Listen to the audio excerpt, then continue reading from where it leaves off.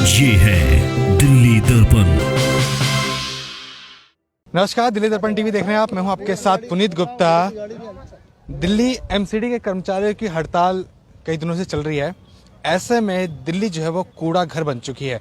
सड़कों पे आप देख सकते हैं कि कूड़ा फैला हुआ है, घरों के बाहर कूड़ा फैला हुआ है। इस तरह के खत्ते जो हैं वो पूरे भरे पड़े हैं। ये प्राइवेट लोग हैं जो घरों से कूड़ा लेके आते हैं और यहाँ पे कूड़ा डाल जाते हैं। अब इनको उठाने की सुविधा तो नहीं चल पा रही है क्योंकि एमसीडी के जो ज़्यादातर कर्मचारी हैं वो हड़ताल पे हैं। अब कारण कोई भी हो, किसी भी सरकार की कमी रही हो, जो एमसीडी कर्मचारी है वो हड़तालों पे हैं, लेकिन उसका खामियाजा जो है वो जनता को भुगतना पड़ रहा है। आम जनता जो यहाँ पे लोग रहते हैं आसपास, उनको ये सब दिक्कतें हो रही हैं। बदबू इतनी ज़्यादा फैल रही है, घरों में बीमारियाँ फैल रही हैं, लेकिन उसका कोई सूद लेने वाला नहीं है। मेरे साथ यहाँ पे लोग हैं। क्या नाम है भाई साहब का? मेरा नाम रणवीर सिंह चुमान है। अच्छा, कहाँ रहते हैं आप? मैं रोहिणी सेक्टर 20 में ही रह रहा हूँ। क्या ये दिक्कत है? क्या ज़्यादा परेशान नहीं करते आप?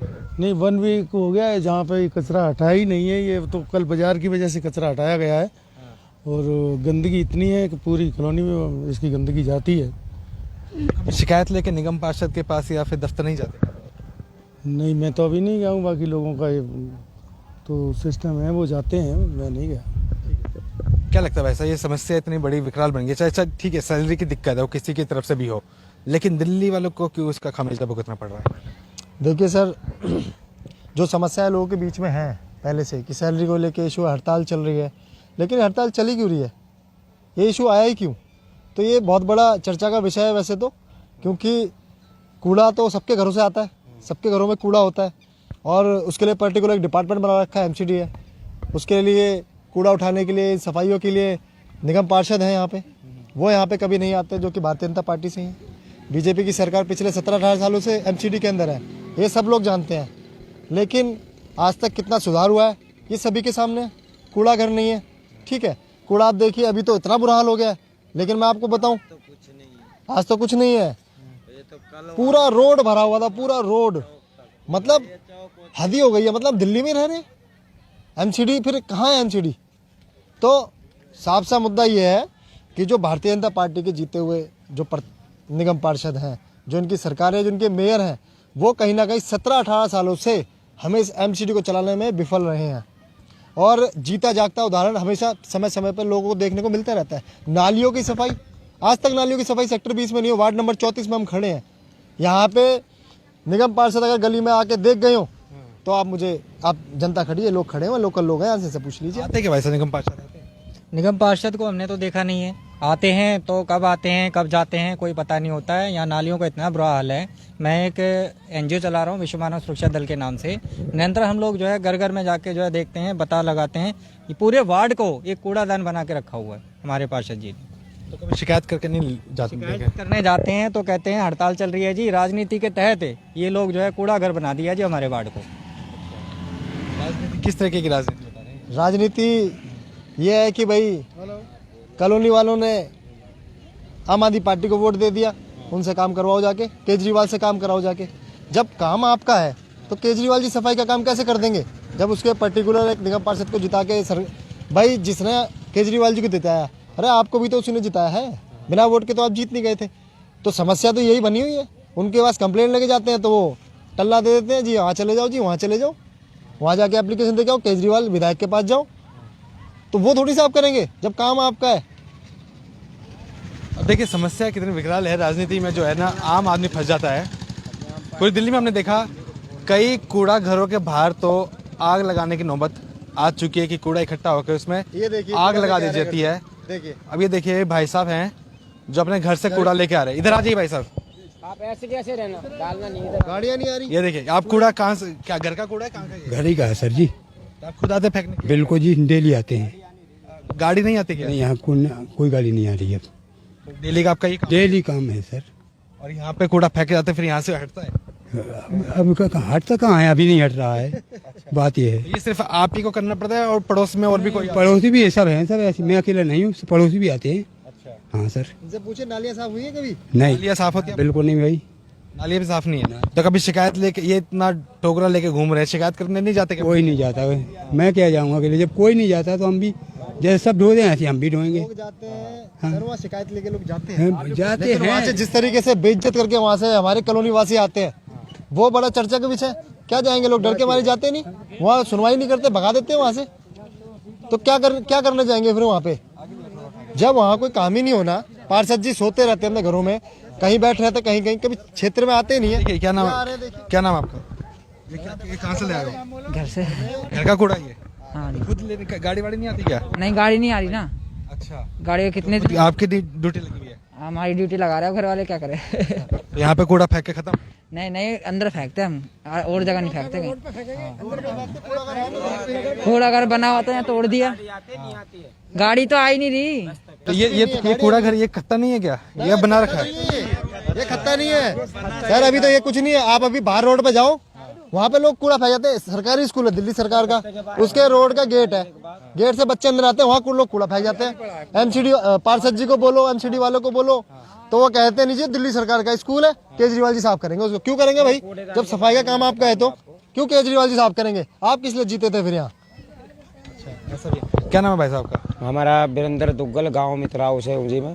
ये कूड़ेदान अपना है, बाकी कूड़ेदान जो टूट चुका है, तो इसके बाद में ये बहुत यहाँ पे कचरा इतना हुआ। कल भी हमने अपनी आम पार्टी के सदस्य से मिलके हमने कॉलोनी का कूड़ा उठवाया है। आपकी क्या जिम्मेदारी रहती है ये कूड़ा उठाने की? हाँ जी, आप हमारी जिम्मेदारी थी कि आपकी अपनी कॉलोनी के अंदर, हम तो पूरे हिंदुस्तान की बोलते, कोई बच्चा बीमार ना होए, इससे जल्दी है कि हड़ताल खोल ली जाए। ये अपनी आम पार्टी जो है अपना काम करा रही, मगर इसको आगे चलने नहीं दे रहे हैं, क्योंकि इसके साथ पब्लिक साथ देगी तो काम सब होएगा। ये आप हमारा कूड़ेदान देखिए, पक्का बन रहा है, जिसके अंदर ये डब्बे रखे जाएंगे, और ये जो कूड़ा जो डला जा रहा है, ये पब्लिक मजबूरी से अपनी डाल रही है। एक चीज़ और दिखाना चाहूँगा मैं, यहाँ पे गायें बहुत हैं। अब ये गायें कूड़ा खाने को मजबूर है, इसमें प्लास्टिक भी खा रही हैं, ठीक है, कूड़ा भी खा रही है। हालांकि हमारे देश में इस चीज़ पर बड़ा ध्यान रखा जाता है, प्लास्टिक बैन इसलिए की जाती है ताकि गायें और या फिर जो भी जानवर है वो प्लास्टिक ना खाए। लेकिन यहाँ पर धड़ल्ले से प्लास्टिक खाई जा रही है, क्योंकि खुले रोड पर ये कूड़ा है। तो ऐसे में किस क्या को रोकेंगे और कैसे रोक सकते हैं? पूरे दिल्ली में भी देख सकते हैं, पूरे दिल्ली में कूड़ा घर है। आप सड़क पे जाएंगे तो वहाँ पे कूड़ा है। आम आदमी पार्टी इस मुद्दे को बुलाने की कोशिश में लगी है। हालांकि आने वाले एमसीडी चुनाव भी हैं, उसमें कहा जा रहा है कि जो पहला मुद्दा है वो हमारा सफाई रहेगा, क्योंकि दिल्ली वालों को इस सड़कों पे या कहीं पे भी सफाई देखने को नहीं मिले। क्या नाम है आपका? उपेंद्र मंडल जी। कब से कूड़ा है सर? ये सर जी हफ्ता 15 दिन हो गए, हफ्ता दिन तो हो ही गए। कल का बाजार था, पूरा गंदगी पड़ा हुआ था। अच्छा, हाँ जी। और ये लोग कौन है जो ये लोग कूड़ा? तो ये मजदूर लोग हैं, इनकी सफाई के लिए अपनी प्लास्टिक चुनने का काम करते हैं। बोतल प्लास्टिक की होती है ना कूड़ा, ये क्या होते हैं, ये जैसे आप जानते हो, जैसे वो कबाड़ी वाले नहीं होते हैं, वो प्लास्टिक के बेच देते हैं। तो ये लोग वही कबाड़ी वाले हैं, इसमें से प्लास्टिक छांट लेते हैं, जाके बेच देते हैं। इनका घर बार और ये सब। अच्छा, यही काम अगर एमसीडी करे तो कुछ रेवेन्यू जनरेट हो सकता है, क्योंकि माली हालत एमसीडी हमेशा बताती है कि हमारी खराब रहती है, पैसे नहीं है। अगर इस तरीके का अगर एमसीडी भी दिमाग लगाए तो यहाँ से तो पैसा निकाल सकता है। सर ये इसका रेवेन्यू तो निकलेगा ही निकलेगा, लेकिन आपने देखा भी होगा कि अभियान भी चल रहा है कि सूखा कूड़ा एक तरफ, गीला कूड़ा एक तरफ, प्लास्टिक एक तरफ और वैसे वाला कूड़ा एक तरफ। ये सरकार ने बोला, एमसीडी ने बोला, लेकिन कार्य कहीं पे नहीं हुआ। आप देखेंगे कि रोहिणी में मैंने एक जगह देखा है, वहाँ पे मशीनें लगी हुई हैं प्रॉपर, जैसे आप कूड़ा उसमें डालोगे तो प्लास्टिक अलग हो जाती है और वो सब होता है, लेकिन उसके लिए काम करना पड़ता है, नियत चाहिए। वो नियत नहीं है सर, नियत की कमी है, बस सारी की कमी है ना। अब देखिए यहाँ पे मैं एक दो चीज़ और दिखाना चाहूँगा। यहाँ पे पास में पार्क भी है बच्चों का खेलने का, स्कूल है, सरकारी स्कूल है ये, ठीक है। और ये देखिए यहाँ पे सामने पार्क है, यहाँ पे फैमिली के जो लोग हैं, बच्चे हैं, वो भी खेल रहे हैं। और इसी के बीच में ये कूड़ा घर जो है, खत्ता वाला सड़क पूरा घिरा हुआ है। अब ऐसे में जब बच्चे खेल रहे हैं, क्या सांस ले रहे होंगे, कितनी बीमारियां अंदर जा रही होंगी। स्कूल के बच्चे भी हैं, स्कूल हालांकि अब खुलने लगे हैं, बच्चे जो पढ़ने आते होंगे उनको भी दिक्कतें होती होंगी। आपका क्या नाम है? मेरा नाम रोहित है। क्या करते हैं आप? मैं एक्चुअली कॉलेज स्टूडेंट हूँ। तो आप जैसे कि देख ही रहे हैं सर, ये हमारे यहाँ का कूड़ा है। मैं पास में ही रहता हूँ, यहाँ पर पीछे की साइड। तो आजकल आप जानते हैं एमसीडी की गाड़ी तो आ ही नहीं रही है। तो सर मेरे घर में भी इतना सारा कूड़ा जमा हो गया है, मैं भी डेली, अब मेरे पास कोई ऑप्शन तो है नहीं, तो अब यहीं फेंकेंगे हम भी। तो इसलिए सारा कूड़ा देर पर दिन ये बढ़ता जा रहा है। कल बाजार था एक्चुअली यहाँ पर, इस रोड पे पूरे में, वहाँ से लेकर वहाँ तक बाजार लगता है। इस कारण ना यहाँ पर कल कूड़ा हटा दिया गया था, क्योंकि लगाने में दिक्कत होती है बाजार, तो इसलिए करके, वरना ये तो पूरा उधर तक लास्ट तक फैला हुआ था कूड़ा, और जो कि अब थोड़ा ही है। देख सकते हैं आप, मशीन खड़ी हुई है उस साइड, जब जाके आज ही जस्ट साफ करा गया है। तो सर क्या कर सकते हैं अब, हम तो पार्षद जी से बातचीत ही कर सकते हैं बस। तो अब ये देखिए समस्या इतनी है, हालांकि सेक्टर 22 के हम एक वार्ड में हैं, वार्ड 34 में हम हैं, और कहा जाए तो ऐसे पूरी दिल्ली का ये हाल है। हमने कई जगह और भी देखा, हम शालीमार बाग में भी देखा, हमने रोहिणी के और सेक्टरों में देखा, तो पूरा जो दिल्ली है वो कूड़ा घर बन चुकी है। उसका कारण, मुख्य कारण यही है कि जो तनख्वाहें हैं वो एमसीडी कर्मचारियों को नहीं मिली हैं और किसी भी विभाग के कर्मचारियों को नहीं मिल पा रही है, जिसकी वजह से ये जो काम है वो बीच में रुका हुआ है, सफाई नहीं हो पा रही है, स्वास्थ्य कर्मियों की तनख्वाह नहीं मिल पा रही है, टीचर्स की तनख्वाह नहीं मिल पा रही है। अब ऐसे में राजनीति के बीच में जो आम नागरिक है वो फंसता जा रहा है। क्या कहना चाहते हैं? जी बात ही है ना जी, मुद्दा ये है तनख्वाह क्यों नहीं मिल पा रही है आखिर। तनख्वाह इसलिए नहीं मिल पा रही है जो एमसीडी में भ्रष्टाचार फैला हुआ है। उन्हें कितना भी पैसा दे दो, चाहे दिल्ली सरकार दे दे, चाहे उन्हें उनके द्वारा टैक्स के द्वारा आ जाए, वो सारा खा जाते हैं जी, करप्शन कर जाते हैं और सारा पैसा खत्म हो जाता है, वर्करों तक नहीं पहुंच पाता, जिस कारण से दिल्ली की दशा हो रही है। तो मतलब कि दिल्ली जो है, दिल्ली एमसीडी मोस्ट करप्टिव डिपार्टमेंट बन चुकी है भ्रष्टाचार का। यहाँ भ्रष्टाचार चल रहा है, वर्करों तक पैसा नहीं पहुंच पा रहा है, 6-6 महीने हो गए हैं। मतलब कि ये बीजेपी का एक बहुत बड़ा भ्रष्टाचार फैला हुआ है एमसीडी में।